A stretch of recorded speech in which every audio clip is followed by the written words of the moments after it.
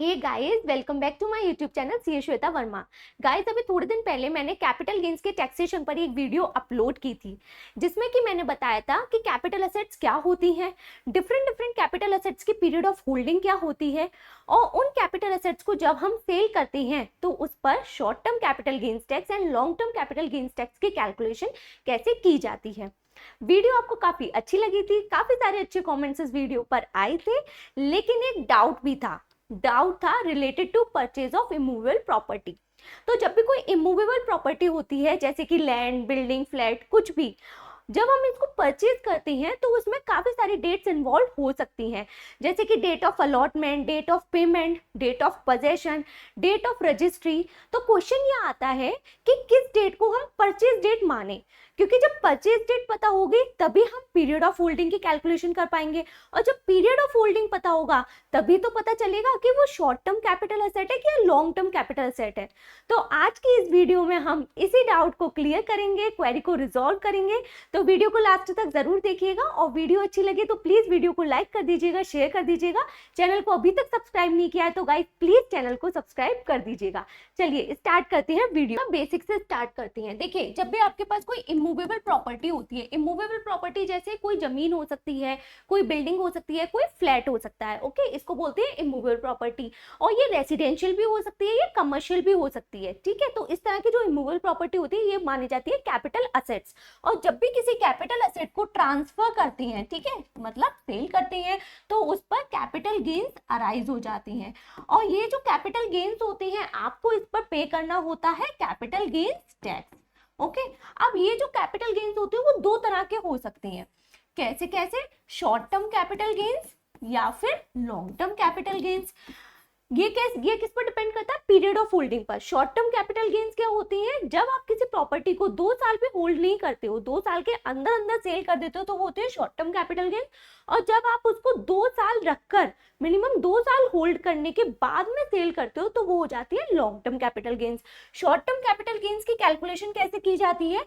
तो इसके लिए सबसे पहले आपका जो सेल प्राइस होता है, ठीक है, उसको ले लीजिए, उसमें से माइनस कर दीजिए ट्रांसफर एक्सपेंसेस। ट्रांसफर एक्सपेंसेस जैसे कि आप किसी प्रॉपर्टी को सेल करते हैं, ब्रोकर के थ्रू सेल करते हैं, ब्रोकरेज पे करते हैं, कमीशन पे करते हैं, तो वो हो जाती है ट्रांसफर एक्सपेंसेस। ये माइनस कर देंगे तो आपके पास आ जाएगा नेट सेल कंसिडरेशन, ठीक है, जो कि आपको नेट अमाउंट रिसीव हुआ। इसमें से आप माइनस कर दो कॉस्ट ऑफ एक्विजिशन। आपने उस प्रॉपर्टी को परचेज की थी तो जो परचेज प्राइस था वो होती है कॉस्ट ऑफ एक्विजिशन, और फिर माइनस कर दो cost of improvement. Cost of improvement होती है कि जब आपने प्रॉपर्टी को परचेज किया उसके बाद में आपने उस प्रॉपर्टी पर टाइम टू टाइम जो भी खर्चा किया उसकी इंप्रूवमेंट में, जैसे कि उसके रिपेयर एंड मेंटेनेंस में, उसके इंटीरियर में, कुछ भी हो सकता है, तो वो हो जाती है कॉस्ट ऑफ इंप्रूवमेंट। इसको माइनस कर दो तो ये आ जाता है आपके कैपिटल गेन्स, ओके, ये आ जाती हैं आपके कैपिटल गेन्स। तो इस तरह से शॉर्ट टर्म कैपिटल गेन्स की कैलकुलेशन की जाती है। मैं यहाँ पर शॉर्ट में लिख देती हूँ, sale price minus cost of acquisition होती है short term capital gains, okay. अब इस पर टैक्स लगाया जाएगा, तो इस पर जो टैक्स लगता है वो लगता है स्लैब रेट से, मतलब आपकी जो अदर इनकम होंगी, नॉर्मल इनकम होगी, उसमें ये इंक्लूड हो जाएगा, और फिर स्लैब रेट से इस पर टैक्स लग जाएगा। ये तो हो गए शॉर्ट टर्म कैपिटल गेन्स। अब आप किसी प्रॉपर्टी को 2 साल तक रखते हो मिनिमम, उसके बाद में सेल करते हो, लॉन्ग टर्म कैपिटल एसेट हो गई, लॉन्ग टर्म कैपिटल गेन्स लगेंगे।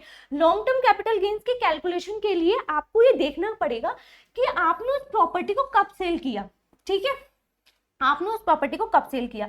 अगर आपने उस प्रॉपर्टी को 23 जुलाई 2024 को या उसके बाद में सेल किया तो कैलकुलेशन अलग होगी, लेकिन अगर 23 जुलाई 2024 से पहले सेल कर दिया तो कैलकुलेशन अलग तरीके से होगी।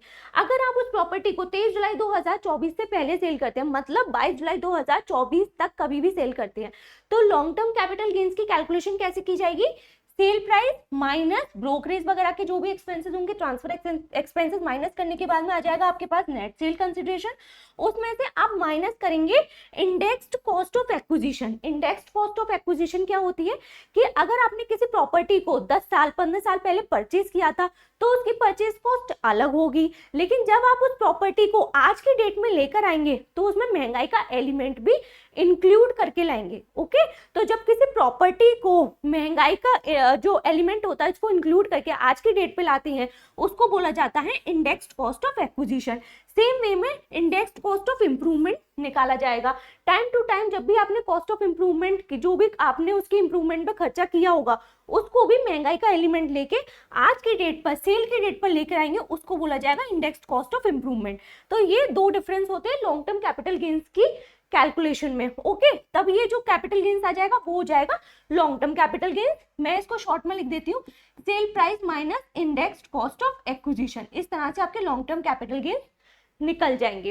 अब अगर आपने प्रॉपर्टी 23 जुलाई 2024 या उसके बाद में सेल की हो तो उस केस में आपको लॉन्ग टर्म कैपिटल गेन्स कैसे निकालने हैं, जैसे कि हम शॉर्ट टर्म कैपिटल गेन्स की कैलकुलेशन करते थे without indexation. Sale price minus transfer expenditure minus कर देंगे cost of acquisition minus cost of improvement.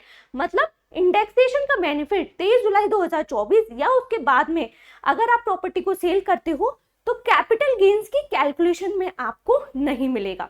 Clear? तो यहाँ पे क्या हो जाएगा, sale price minus cost of acquisition. Indexation का बेनिफिट आपको यहाँ पर नहीं मिलेगा कैपिटल गेन्स की कैलकुलेशन में। अब बात आती है टैक्स की। टैक्स कैसे कैलकुलेट करेंगे, तो वो भी डिपेंड करता है। क्या डिपेंड करता है कि अगर आपने प्रॉपर्टी को यहाँ पहले ही यहीं कहीं सेल कर दिया हो आपने प्रॉपर्टी को, तो जब आपने 22 जुलाई 2024 तक प्रॉपर्टी को सेल किया है तो कैलकुलेशन कैसे की जाएगी, ये जो कैपिटल गेन्स होंगे इस पर 20% की रेट से टैक्स निकाला जाएगा, वो ही आपका long term capital gains tax हो जाएगा। दूसरा सिचुएशन क्या हो सकती है, दूसरी सिचुएशन हो सकती है कि आपने प्रॉपर्टी को परचेज तो इधर किया है। ओके, परचेज आपने 22 जुलाई 2024 से पहले कर रखा है, बट आपने इस प्रॉपर्टी को यहाँ सेल किया है। ओके, तो आपने 23 जुलाई 2024 से उसके बाद में सेल किया है। यहाँ पे आपको चॉइस मिलेगी, क्या यहाँ पे आपको एक बेनिफिट मिल जाएगा। क्या बेनिफिट मिल जाएगा, ये जो टैक्स आएगा इसका, ये जो कैपिटल गेन्स आएंगे इस पर आप 12.5% की रेट से टैक्स निकाल लो। ओके, दूसरा आप क्या करो, इस तरह से इंडेक्सेशन का बेनिफिट लेकर आप पहले कैपिटल गेन्स को कैलकुलेट करो।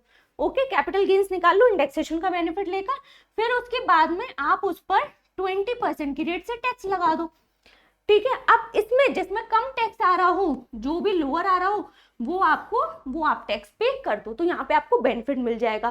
थर्ड सिचुएशन क्या हो सकती है कि आपने प्रॉपर्टी यहीं कहीं एक्वायर की, यहीं कहीं परचेज की, मतलब 23 जुलाई 2024 या उसके बाद में, और उसके बाद में आपने कभी उसको 2 साल रखने के बाद में सेल कर दिया, लॉन्ग टर्म कैपिटल गेन्स हो गए।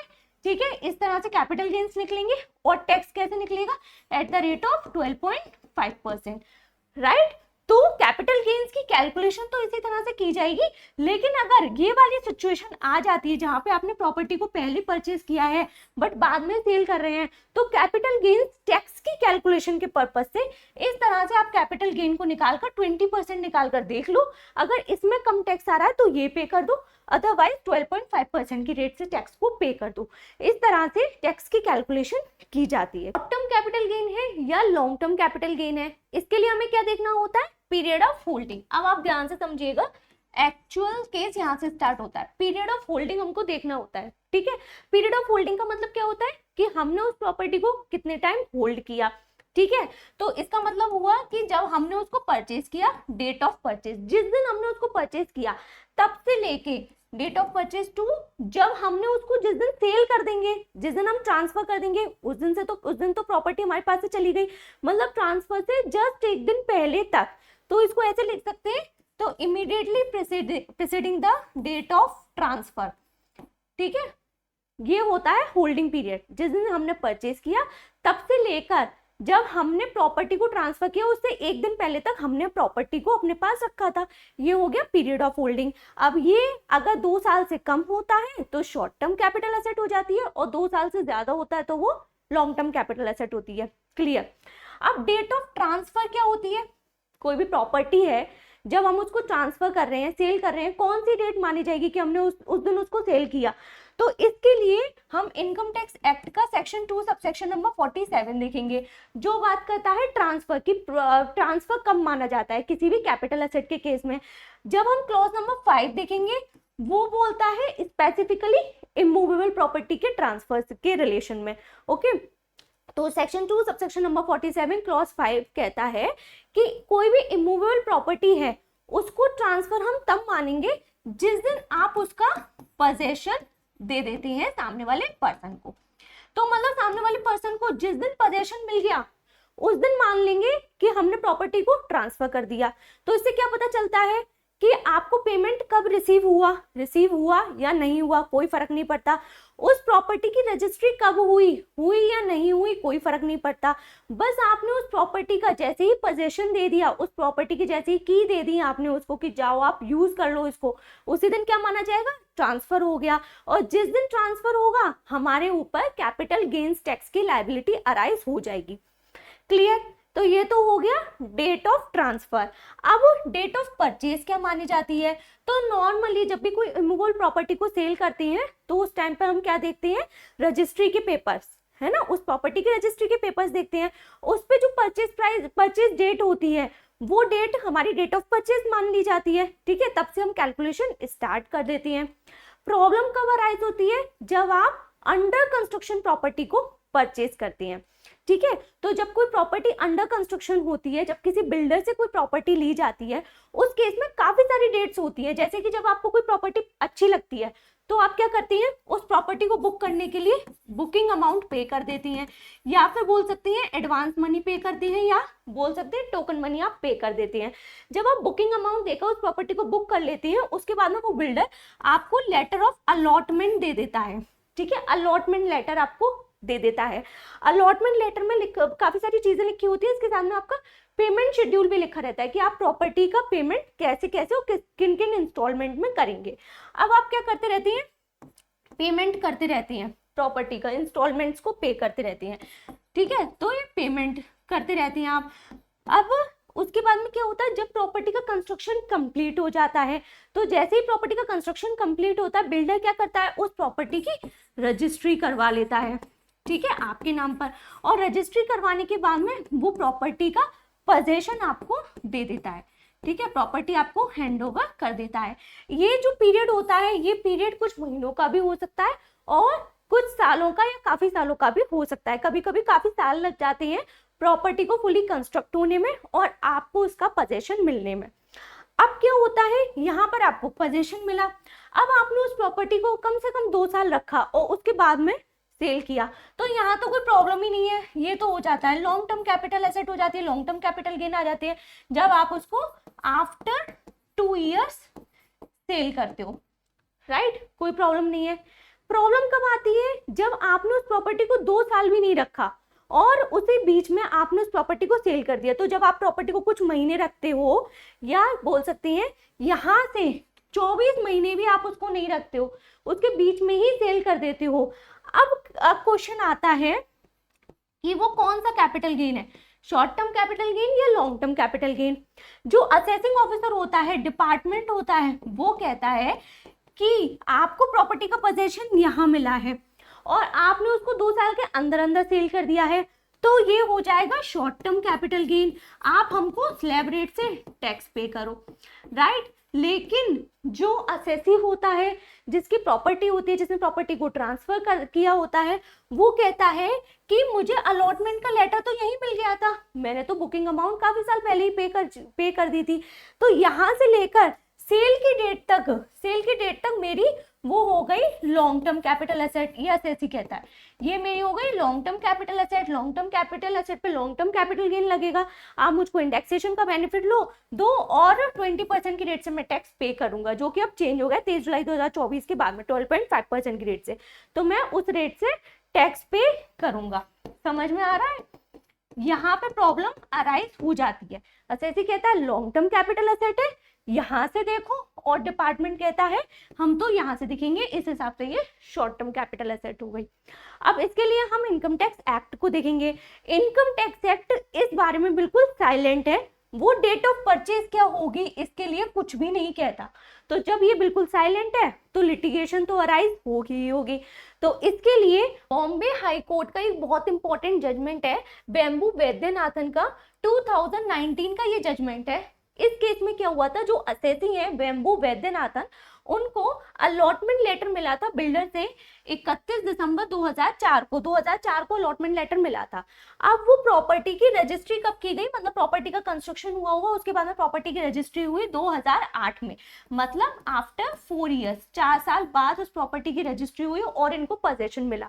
इन्होंने क्या किया, सेम फाइनेंशियल ईयर में 2008-9 में ही इन्होंने उस प्रॉपर्टी को सेल कर दिया। अब यहाँ पे प्रॉब्लम यही आई कि डिपार्टमेंट ने क्या बोला कि ये शॉर्ट टर्म कैपिटल एसेट है, short term capital gains tax दो, लेकिन वेम्बू वैद्यनाथन ने बोला कि मुझे अलॉटमेंट लेटर यहाँ मिल गया था तो इसलिए ये लॉन्ग टर्म कैपिटल एसेट है और मैं long term capital gains tax दूंगा। यहाँ पर बॉम्बे हाई कोर्ट ने क्या डिसीजन दिया, उन्होंने बोला कि जो डेट ऑफ अलॉटमेंट है वो ही डेट ऑफ परचेज मानी जाती है, क्योंकि डेट ऑफ अलॉटमेंट में क्या होता है, जब भी लेटर ऑफ अलॉटमेंट मिलता है तो एक तरीके से जो असेसी है उनको वो परचेज राइट उस पर मिल जाता है, मतलब ये माना जाता है कि उन्होंने वो प्रॉपर्टी परचेज कर ली, क्योंकि वो बुकिंग अमाउंट तो पे कर चुके होती हैं। और दूसरी बात ये, जो बिल्डर होता है वो भी इस चीज से डिनाई नहीं कर सकता कि अब मैं प्रॉपर्टी आपको नहीं दूंगा। तो एक तरीके से बिल्डर और जो पर्सन है जो परचेज कर रहे हैं वो दोनों क्या हो जाते हैं, बाउंड हो जाते हैं प्रॉपर्टी को लेने के लिए। तो इस केस में अगर इस तरह की कोई अंडर कंस्ट्रक्शन प्रॉपर्टी है, आपको लेटर ऑफ अलॉटमेंट मिला है, तो वो ही आपकी डेट ऑफ परचेज मानी जाएगी। और जब बॉम्बे हाई कोर्ट ने ये जजमेंट दिया था तो उन्होंने सीबीडीटी के सर्कुलर्स को रेफर किया था, सर्कुलर नंबर 471 1986 और एक 1993 का सर्कुलर था। इसमें क्या हुआ था कि दिल्ली डेवलपमेंट अथॉरिटी ने अपनी स्कीम में कुछ फ्लैट्स को अलॉट किया था, तो सीबीडीटी ने अपने सर्कुलर में लिखा कि ये जो दिल्ली डेवलपमेंट अथॉरिटी है ये जो अपने फ्लैट्स को अलॉट कर रही है तो जो लेटर ऑफ अलॉटमेंट है वो ही परचेज डेट मानी जाएगी। तो बॉम्बे हाई कोर्ट ने बोला कि सीबीडीटी का ऑलरेडी सर्कुलर है यहाँ पर, और सीबीडीटी के सर्कुलर में दिल्ली डेवलपमेंट अथॉरिटी के लिए उन्होंने सर्कुलर को इश्यू किया है, लेकिन केस तो वही हो गया। उस केस में उन्होंने बोला है कि अलॉटमेंट लेटर ही परचेज डेट मानी जाएगी, तो इसलिए यहाँ पर भी अलॉटमेंट लेटर होगा वो ही परचेज डेट मानी जाएगी। लेकिन अलॉटमेंट लेटर में ऐसी कोई कंडीशन नहीं होनी चाहिए कि जो इस चीज को मना करे कि सामने वाले पर्सन को, जो परचेजर है, उसको प्रॉपर्टी पर राइट नहीं मिलेगा। जैसे कि कोई ऐसी कंडीशन नहीं होनी चाहिए कि उसमें लिखा हो कि जब तक प्रॉपर्टी की रजिस्ट्री नहीं हो जाती तब तक वो प्रॉपर्टी आपकी नहीं है, बिल्डर डिनाई कर सकता है। तो इस तरह की कोई कंडीशन नहीं होनी चाहिए, अदरवाइज डेट ऑफ अलॉटमेंट क्या मानी जाएगी, डेट ऑफ परचेज। तो आई होप आपको ये वीडियो समझ में आई होगी और आपकी क्वेरी भी रिजॉल्व हुई होगी। कैसी लगी वीडियो कमेंट करके जरूर बताइएगा। अच्छी लगी हो लाइक करना ना भूलिएगा, ज़्यादा से ज़्यादा शेयर कीजिए इस वीडियो को अपने फ्रेंड सर्कल में, और प्लीज़ चैनल को सब्सक्राइब करना ना भूलें। चलिए मिलते हैं नेक्स्ट वीडियो में। Thank you so much.